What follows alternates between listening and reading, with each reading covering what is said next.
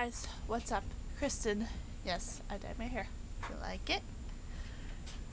And yes, I am sick, which is why I sound funny. At least, I don't know if I sound funny. I sound normal to me, but I might sound funny to you. Anyway, this week I'm going to talk about a book series by Meg Cabot called Airhead. First of all, Meg Cabot, love her. I have almost all of her books, like Jinx, Mediator. Yeah, crap, I can't think of any others. Jinx, Mediator, Airhead, How to Be Popular,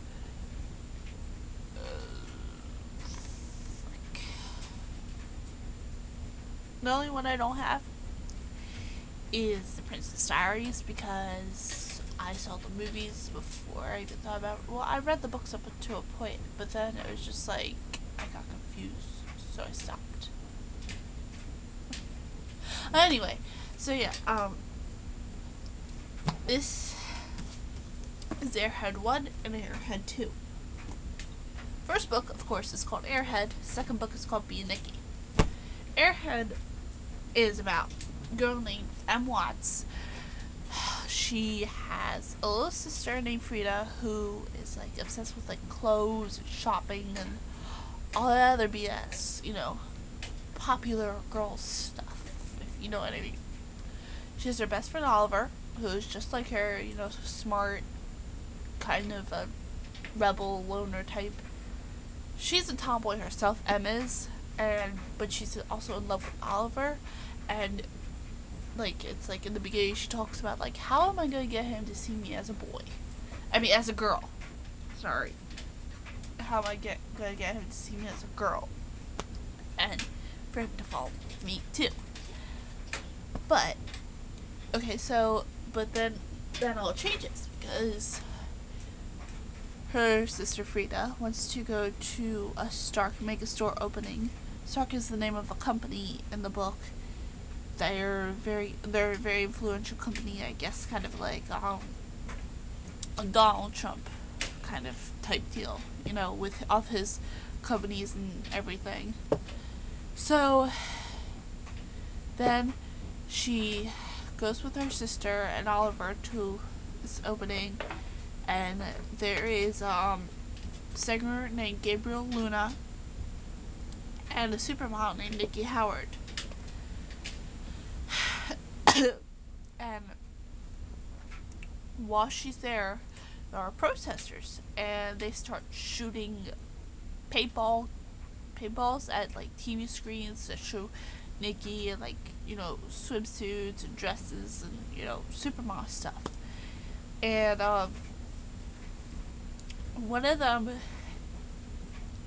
the protesters hits a paintball on TV right behind Emerson, or M, or whatever, and it falls on top of her.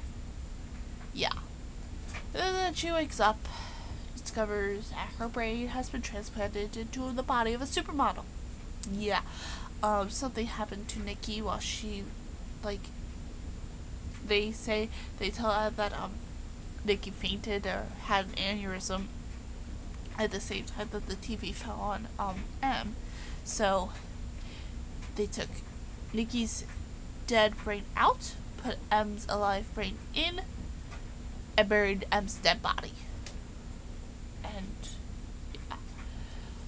So then, according to everybody but her parents and her sister, M. Watts is dead. That includes her best friend, everybody at school, grandparents, cousins, everybody else but her parents and her sister. So Emma decides that she's going to... so she has a contract with the company, Stark Enterprises, so she has to model for them. So at the same time she's doing that, she's also going to go to school, try to do the normal girl thing as well as the supermodel thing. Try to both be Nikki and Em at once. Good luck with that. But anyway, so then she goes And she's discovered her best friend has changed. He's not the same guy he was before. It's like he changed so much after her death. So she, as Nikki, tries to tell Oliver that, hey, it's me, I'm inside of here. She gives him clues and stuff, but, you know, some guys can be morons. So, and Oliver, you know, just ends up being one at that point. So, yeah, that's pretty much the way it goes. Like, she adjusts to her new life and tries to get Oliver to see it and everything. And nothing really big happens except for the brain transplant in these books. Speaking of which, I love the new subject of brain transplant.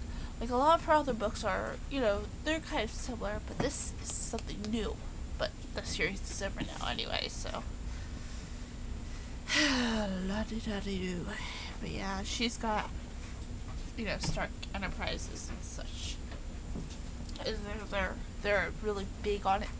And, like, she can't tell anybody legally, because if so, then so much controversy will come out about the transplant that the company will be affected, her parents will be affected, and they'll end up having to pay for the transplant, which they can't afford, so they'll end up in jail, bankrupt.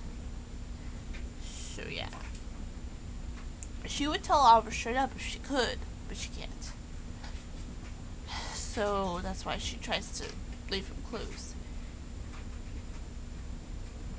So yeah, that the brain transplant is really the biggest thing. So then it takes us to book number 2 called Being Nikki. Now this one I can actually read you the blurb of this thing. Hopefully you can understand me. Things aren't pretty for Emerson Watts.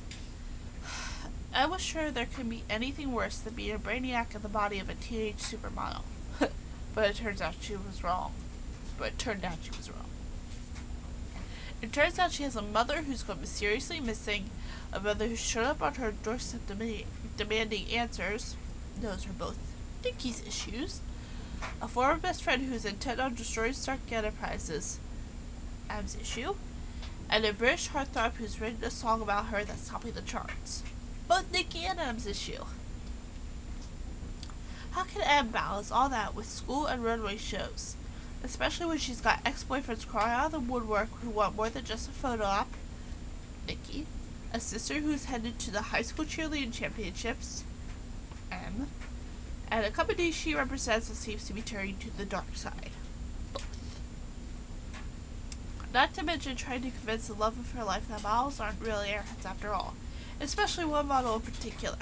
But then, nobody said it was going to be easy being Nikki.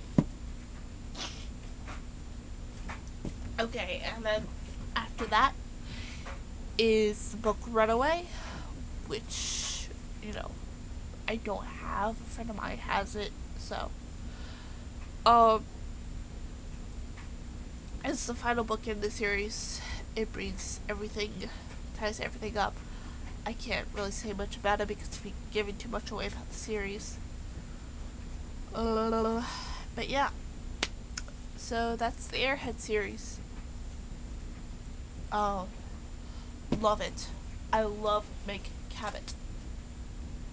Like, completely. She is a great author, and like between her and Stephanie Meyer and a couple others, they're like 2 of the top, you know, authors that have inspired me to write my own novel. So yeah, read them. They're good. Trust me. It doesn't matter if you're a girl or a guy or whatever. Just let you know. Oh, recommendation. I think anybody can read these, you know, any age. But actually, I think.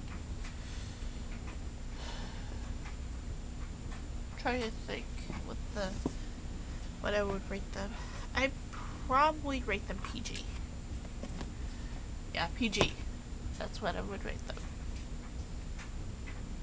So yeah. take that with what you will. If you want to read it, read it. If not, no, you know, it's all up to you. But yeah, PG, whatever. I think there's a couple of curse words. There's some intense making out, but other than that, not a whole lot. So yeah, hope you guys enjoyed this latest update, and hopefully I'll be able to update again next week. Hopefully I won't be curled up in a ball in my bed sneezing. Yeah. Bye.